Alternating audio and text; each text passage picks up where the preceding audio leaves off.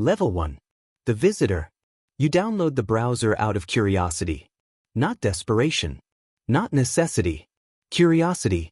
You have seen the videos, read the threads, heard the word thrown around in conversations that always go quiet when someone asks follow-up questions.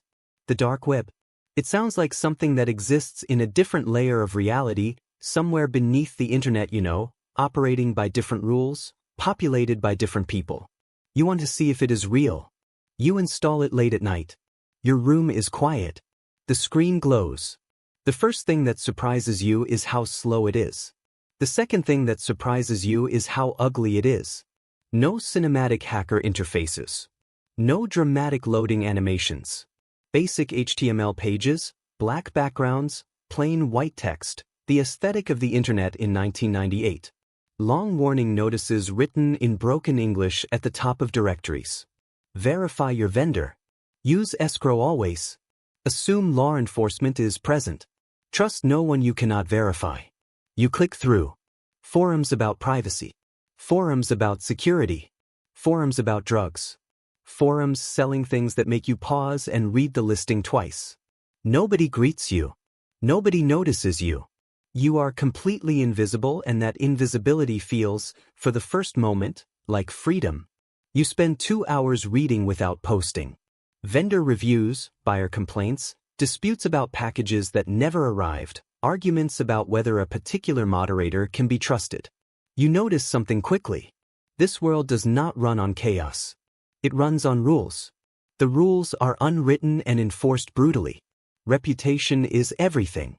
One bad review follows a vendor for months. One accusation of being a fed empties a thread in minutes. You close the browser at 2 a.m. You tell yourself that was enough. You open it again the next night. Level 2. The Lurker. You create a username. Letters and numbers, nothing that connects to anything real. No profile picture. No bio. No post history. You are nobody, and you understand immediately that being nobody is the correct starting position. You read for 2 weeks before you post anything. You learn the vocabulary. Escrow. PGP. Dead drop. Finalize early. The 2 most dangerous words in this world, meaning release funds before receiving product, meaning trust someone who has given you no reason to trust them.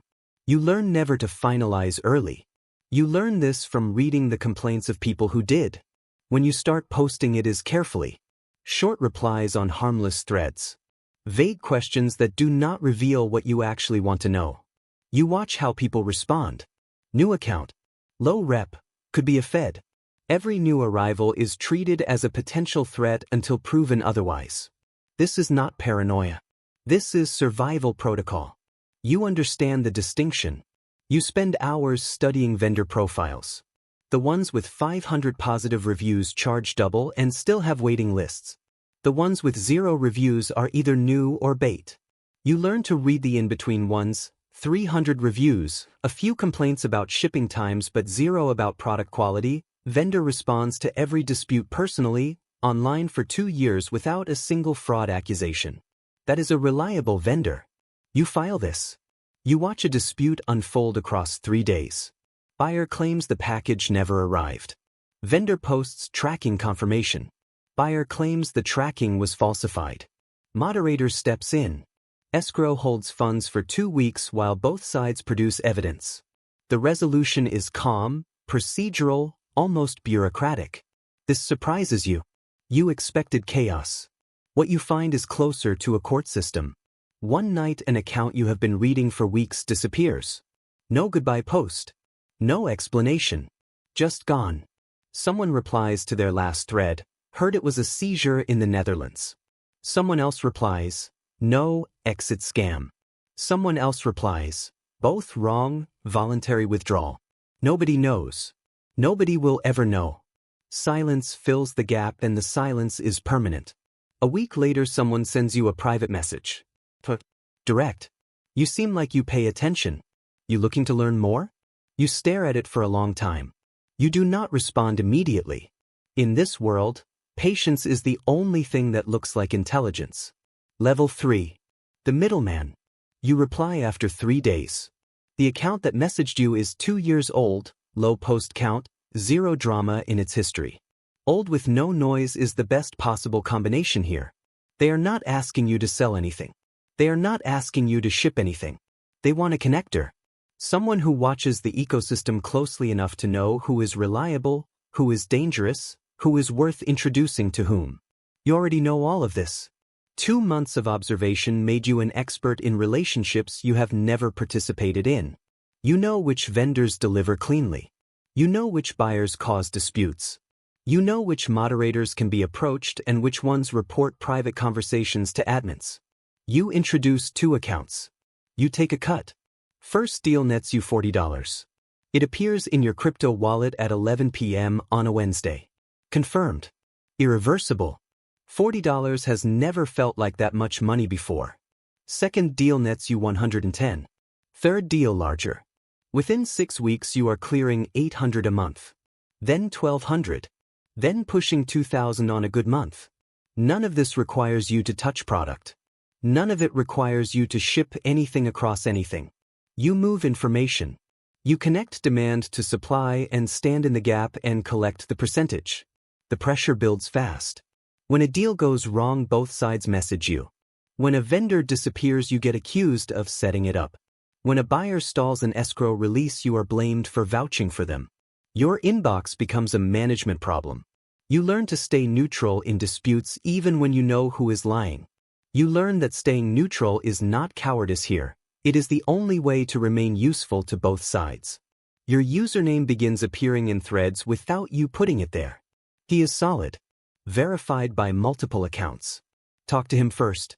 Reputation is accumulating without you manufacturing it.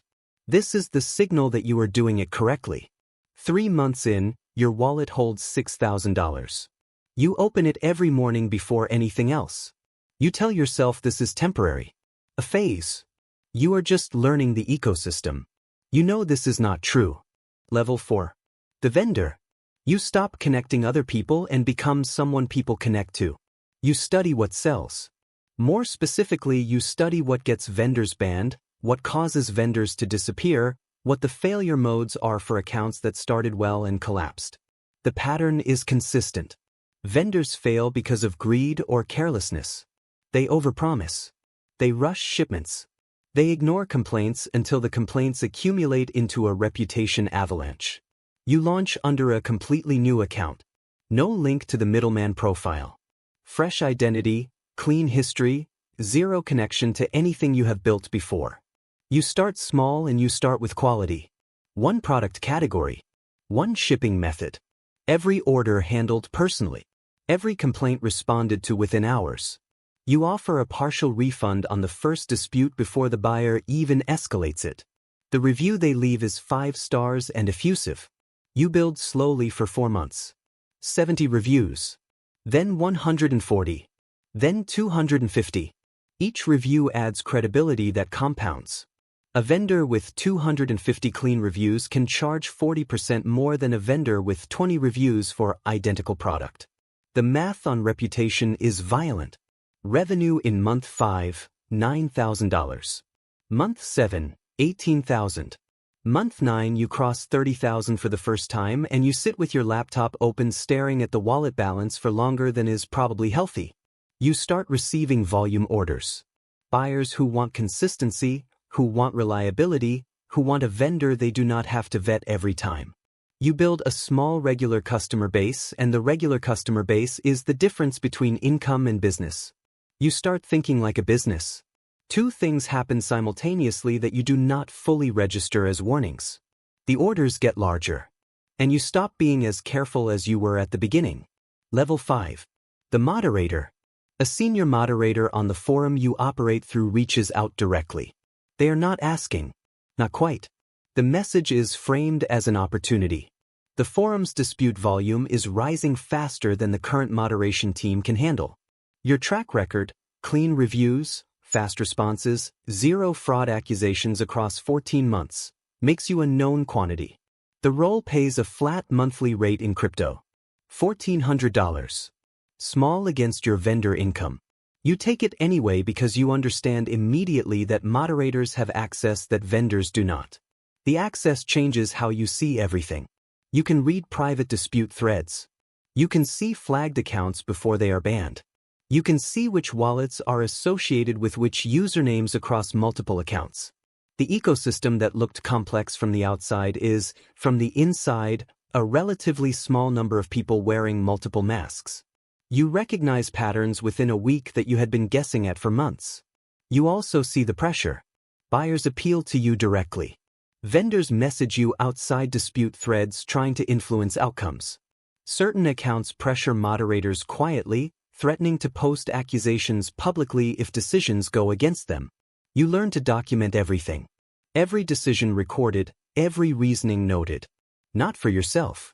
For the moment someone challenges a decision and you need to show the chain of evidence without gaps. One night during a routine review you see a flagged IP cluster. Multiple accounts purchasing from several vendors simultaneously. Too consistent, too clean, the browsing pattern of someone following a methodology rather than shopping. You escalate to admin. The response arrives in 4 minutes. Monitor only. Do not engage. Do not flag publicly. You understand immediately. Law enforcement. Present and watching. You stop accessing the forum from predictable hours. You rotate devices. You assume someone is building a map of your digital behavior and you start behaving accordingly. Your vendor income and moderator payment combined, $38,000 last month. The number feels large and fragile simultaneously. Level 6. The administrator. The main admin account goes dark over a weekend. No warning. No handover message. The account simply stops responding to escalations. Vendors begin messaging the moderation team in volume. Buyers threaten to initiate chargebacks. The escrow system holds $12 million in active transactions at any given moment, and the people whose money is in that system are becoming loud. A vote among senior moderators happens in a private channel. Your name comes up 3 times before anyone proposes it formally. Not because you are the most senior, because you are the most stable. Your decisions over 14 months as moderator have been consistent, documented, difficult to challenge. People trust the process you follow even when they disagree with outcomes. Your access changes overnight. Server logs. Cold wallet keys. Escrow master controls. Back-end analytics showing real transaction volume, not the visible forum statistics but the actual numbers underneath them. The forum processes $4 million a week. You see this clearly for the first time and the number makes your hands feel slightly different. Your cut drops to 3%. Smaller percentage, vastly larger base. $240,000 last month. You do not celebrate. You secure. Server migrations. Vendor vetting overhaul. 2-factor authentication mandatory across all accounts. You remove 3 vendors whose shipping patterns had become sloppy in ways that suggested either law enforcement attention or impending exit. 2 of them protest publicly. You ban both of them. The market stabilizes. Attacks increase as your profile rises.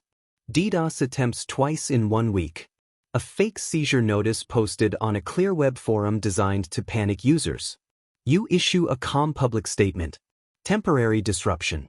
All funds secure. Normal operations resume within hours. The statement is read by 40,000 people. You sleep 4 hours a night for 3 weeks. You monitor uptime graphs at 3 a.m. from a laptop you bought with cash. The cold storage wallet you control holds $41 million. Not yours. Under your control. The distinction matters less than it used to. Level 7. The enforcer. Markets collapse from the inside. You understand this clearly by month 4 of running the platform. External threats, law enforcement, hackers, rival markets, are manageable. What destroys markets is greed among the people who built them. A top vendor with 900 positive reviews starts shipping short. Partial product, full price, 5-star reviews manipulated by a ring of buyer accounts he controls. You see the pattern in dispute data before users report it publicly. You freeze his escrow. $220,000 locked. He messages you within 6 minutes. Angry first. Then explanatory. Then negotiating. Then threatening. Internal chat logs. Moderator identities, a specific name he claims to know. You do not argue. You post the dispute evidence publicly and let the forum read it. His reputation collapses in 11 hours. You ban the account and redistribute the frozen escrow to affected buyers. The message lands immediately. Across the forum, in private channels, in vendor communities. The admin acts on evidence. The admin acts fast. The admin is not negotiable. Enforcement becomes its own language. Freeze. Review.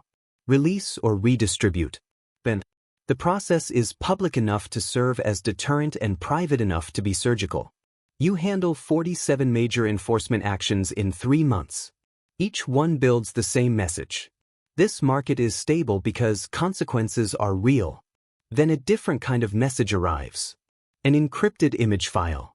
Your apartment building photographed from across the street. The photo is undated. Could be 6 months old. Could be from this morning. You do not reply. You do not panic. You arrange a new apartment in a different city within 4 days. Cash lease. No delivery history. No registered accounts linked to the address. Your personal reserve outside the platform, $1.4 million. Spread across wallets with no direct connection to the market's addresses. You stop thinking of the money as reward. You start thinking of it as exit infrastructure. Level 8. The exit. Every major market ends. This is not pessimism. It is documented history. Silk Road. Alphabet. ANSA. Wall Street Market. The timeline is consistent. Infiltration, then seizure, then arrests across multiple jurisdictions months after the market goes dark. The administrators who survived are the ones who left before the pressure became visible. The ones who waited for certainty are the ones in handcuffs in courthouse photographs. You begin preparing 14 months into running the platform.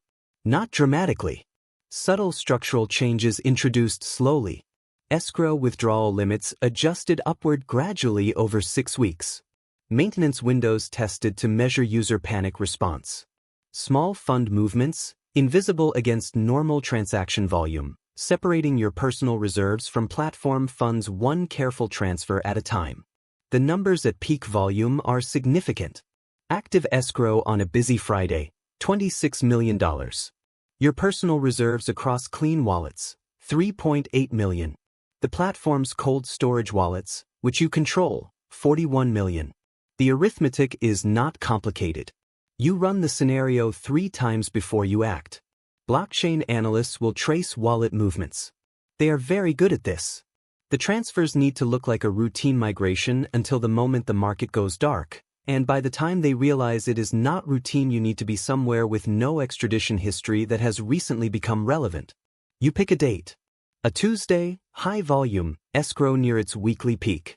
You schedule a server migration announcement. Temporary maintenance. Funds secure. All normal. The message goes out at 9 p.m. You begin the wallet transfers at 9:04. By midnight the market is dark. The escrow wallets are empty. Your balance sits at $19.2 million. You are already on a flight before the forum threads start. Level 9. The target. The first headline appears 8 days later. Major dark web marketplace disappears amid exit scam allegations. Your name is not in it. No name is in it. Speculation only. The second headline drops 11 days after that. International Financial Crime Unit opens investigation into coordinated cryptocurrency transfers. That one you read 4 times. Blockchain analysts publish wallet flow diagrams on a public forum 2 weeks in. Red arrows connecting addresses. Clusters highlighted. 2 of the addresses in the diagram are 3 steps from wallets you control. Not directly linked. Close enough to change your heart rate. You move again. 3rd country in 6 weeks. Short-term rental. No patterns. A moderator you worked with for a year is arrested in Germany. Courthouse steps, blurry photo, hands cuffed. He does not know your real name. He does not know your current location. He knows enough about your operational habits that pressure will produce something. You assume the investigators now have a behavioral profile. You assume they are mapping your decision patterns backward through the platform's entire history. You lose access to wallets containing $1.1 million when 2 exchanges freeze accounts connected to flagged wallet clusters. No warning. No appeal process. Just frozen. You still have 16.8 million accessible across clean addresses. You know this is still life-changing wealth by any measure. The knowledge does not feel the way it should feel. You rotate devices again. New phone, new laptop, both cash purchases, both clean. You scan every room you enter. You check exits automatically before you sit down. You sleep in 4-hour intervals. You dream about notification sounds. Then the headlines slow. The investigation pivots to a different market, a higher profile arrest, a seizure that generates better press. The news cycle finds something else. Your name was never published. No warrant surfaces. No knock comes. Silence. Just silence. You do not know if the silence means you are safe or means they are patient. Level 10. The ghost. You stop checking the old wallets. Some are frozen. Some are gone. The ones that remain accessible you move slowly, small amounts, wide intervals, nothing that triggers pattern recognition in automated monitoring systems. You have enough. You have more than enough. The number in accessible wallets no longer changes how the days feel. You change cities every 4 months. You avoid patterns with the same discipline you applied to running the platform. Different neighborhoods. Different routines. Different devices. You eat at different restaurants. You use cash for everything possible. You make no friends who know your name. You make no calls that are not encrypted. No headline. No warrant. No knock. You do not log into any forum. You do not check what replaced your market. You already know what replaced it. Something always replaces it. The ecosystem does not mourn. It migrates. One night in a city you have lived in for 3 months, in a rented apartment with furniture that belongs to someone else, you sit with a laptop and do the calculation you have been avoiding. If you live conservatively, if you move the reserves correctly, if no frozen wallet becomes a traced wallet, you have enough to live without working for the rest of your life. The thought does not feel like freedom. It feels like the opposite of freedom. It feels like a sentence with no fixed end date, served in a world where every routine is a liability and every pattern is a target. The money bought you invisibility. Invisibility is not the same thing as safety. Invisibility is just a longer distance between you and whatever is coming. Somewhere tonight, someone is downloading the browser for the first time. They are curious. They are bored. They think they are just looking. They have no idea what looking turns into, or how quiet it gets at the end, or how much of the quiet is indistinguishable from waiting. The cycle begins again.